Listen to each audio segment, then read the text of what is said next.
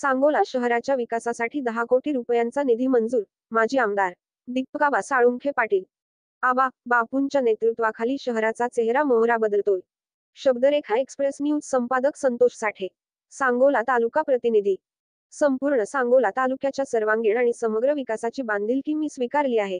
सांगोला शहरात 12 विकास कामांसाठी 10 कोटी रुपयांचा विकास निधी मंजूर झाला असल्याची माहिती राष्ट्रवादी काँग्रेसचे जिल्हाध्यक्ष माजी आमदार दीपकाबा साळुंखे पाटील यांनी दिली. सांगोला शहरातील अनेक वर्षांपासून रखडलेले सर्व प्रश्न आमदार शहाजीबापू पाटील व मी दोघे मिळून मार्गी लावू असा विश्वासही त्यांनी यावेळी व्यक्त केला.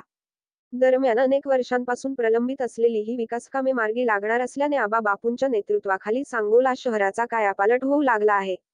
सांगोला शहरात नागरिकांच्या अनेक वर्षांपासून प्रलंबित असणाऱ्या मागण्या लक्षात घेऊन राष्ट्रवादीचे जिल्हाध्यक्ष माजी आमदार दीपकाबा साळुंखे पाटील व विद्यमान आमदार शहाजीबापू पाटील यांनी शहरातील प्रलंबित विकास कामे पूर्ण करण्याची मागणी राज्याच्या नगर विकास विभागाकडे केली होती.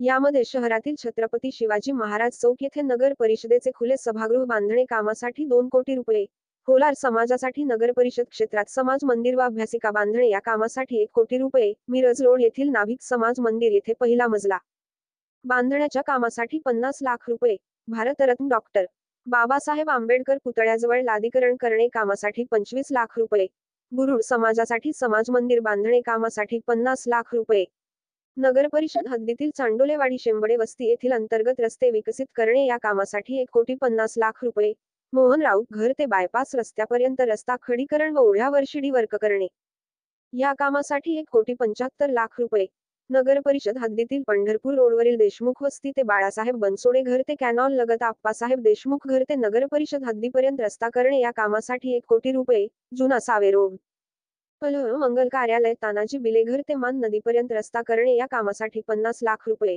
वाडेगाव रोड ते भाऊसाहेब पवार वस्तीपर्यंत रस्ता करणे या कामासाठी 50 लाख रुपये, चिंचोली रोड इंनूस मुलानी वस्ती येथे रस्ता करणे या कामासाठी 25 लाख रुपये, एकतपूर रोड आरक्षण क्रमांक 63 येथील भाजी मंडई येथे लादीकरण या कामासाठी 25 लाख रुपये अशा एकूण 12 विकास कामांसाठी तब्बल 10 कोटी रुपयांचा निधी मंजूर झाला आहे.